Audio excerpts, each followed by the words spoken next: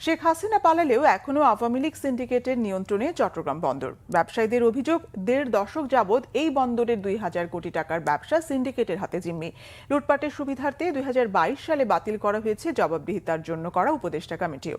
প্রতিযোগিতা না থাকায় খরচ বেড়েছে আমদানি রপ্তানি বাণিজ্যে। চট্টগ্রাম থেকে নাসির উদ্দিনের তথ্য ও ছবিতে ডেস্ক রিপোর্ট। এখনো চট্টগ্রাম বন্দরে কন্টেইনার উঠা নামানোর ব্যবসা নিয়ন্ত্রণ করছে আওয়ামী লীগ সিন্ডিকেটের ৭টি প্রতিষ্ঠান। এসব প্রতিষ্ঠানের একটি সাইফ পাওয়ারটেক লিমিটেড। সাবেক নৌ পরিবহন মন্ত্রী শাহজাহান খানের সঙ্গে প্রতিষ্ঠানটির ব্যবস্থাপনা পরিচালক তরফদার রুহুল আমিনের ঘনিষ্ঠ সম্পর্ক থাকায় বন্দরের ৬৫% কন্টেইনার ওঠানো নামানোর দায়িত্বে আছে প্রতিষ্ঠানটি। জেনারেল কার্গো বাড়তে জিসিবি এর ৬টি প্রতিষ্ঠান নিয়ন্ত্রণ করে বাকি ৬টি প্রতিষ্ঠান। এর মধ্যে ২টি প্রতিষ্ঠানের মালিকানায় রয়েছেন আওয়ামী লীগের নেতা আজম ও নাসির উদ্দিন। প্রধানমন্ত্রী শেখ হাসিনার সাবেক প্রোটোকল কর্মকর্তা আলাউদ্দিন নাসিমের একটি, নোয়াখালীর সাবেক সংসদ সদস্য একরামুল করিম চৌধুরীর মালিকানায় আরও একটি। এছাড়া অন্য প্রতিষ্ঠানের সাথে আওয়ামী লীগের রাজনৈতিক সংশ্লিষ্টতার অভিযোগ রয়েছে।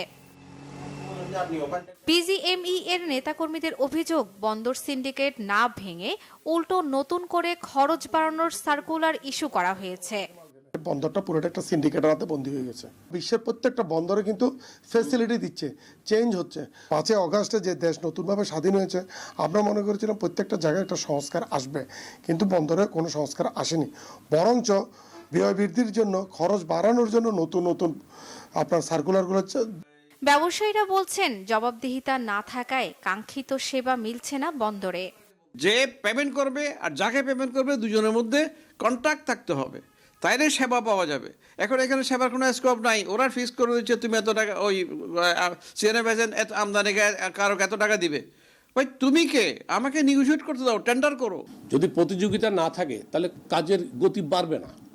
আগে এক সময় এই ডিস্ট্রিবিউটর যখন ছিল তখন আমরা ওদেরকে নিয়োগ করতাম, তাদের যদি গাফিলতি করতো তাহলে আমরা কিন্তু তাদেরকে চেঞ্জ করতাম। এখন কিন্তু সেই সুযোগটা নাই। মন্ত্রণালয়ের অনুমোদনের পর উন্মুক্ত দরপত্র আহ্বান করা হবে বলে জানিয়েছে বন্দর কর্তৃপক্ষ। যে কোনো ওপেন টেন্ডারে গেলে এটা পার্টিসিপেটরি হতে হবে, কম্পিটিটিভ হতে হবে, ইনডিসক্রিমিনেটরি হতে হবে এবং এটা ওপেন হতে হবে। পরিবর্তন আনার দরকার, সেই পরিবর্তনের প্রস্তাবটা মন্ত্রণালয়ে পাঠিয়েছে। তো মন্ত্রণালয় যখন আমাদেরকে অনুমোদন করে দিবে, আমরা ওটিএমে চলে যাব। বন্দরকে সিন্ডিকেট ও দূষণমুক্ত করতে স্বচ্ছতা ও জবাবদিহি নিশ্চিতের তাগিদ দিয়েছে সংশ্লিষ্টরা। Banglavision news desk.